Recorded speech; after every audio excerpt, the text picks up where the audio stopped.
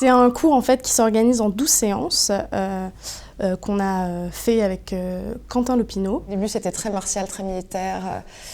Voilà, on faisait des plans, il y avait des exposés à chaque séance. C'était vraiment un rythme soutenu. On aborde l'histoire des relations internationales et puis une partie de la théorie. On aborde les grandes écoles de pensée.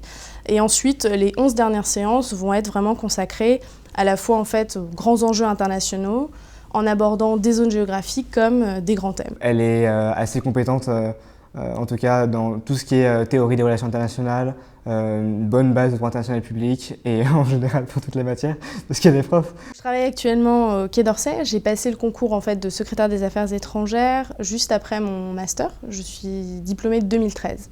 Et le goût pour les relations internationales, il est venu tout simplement au fur et à mesure de ma scolarité, par le choix des cours que j'ai faits dès la 2e année, et puis aussi par mon année à l'étranger en 3e année, une césure que j'ai réalisée après à Berlin et à Sarajevo. Elle est jeune, donc on s'identifie à elle, on se dit elle a eu le concours il n'y a pas longtemps, elle travaille au Quai d'Orsay, donc c'est possible.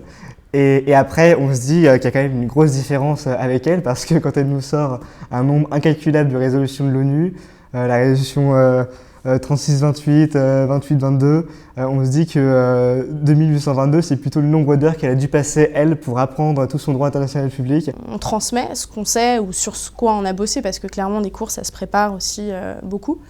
Mais c'est vrai qu'en fait, nous-mêmes, on continue à apprendre.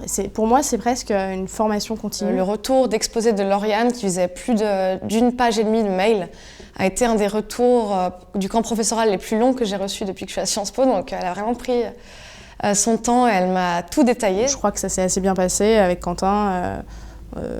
On a eu l'impression qu'on n'a pas eu affaire à la police dans la classe, les gens nous écoutaient assez bien, ils n'avaient pas l'air d'être trop sur Facebook, ça allait. Lorsqu'on vous demande de citer tout le nombre de pays dans l'ordre des aiguilles d'une montre qui entourent le Kazakhstan, c'est une question pas forcément gentille. Kirghizistan, Tadjikistan, dans l'ordre, c'était une horreur. C'est pas vraiment pris en compte dans la notation, c'est plus pour mettre en condition et voir comment les élèves réagissent.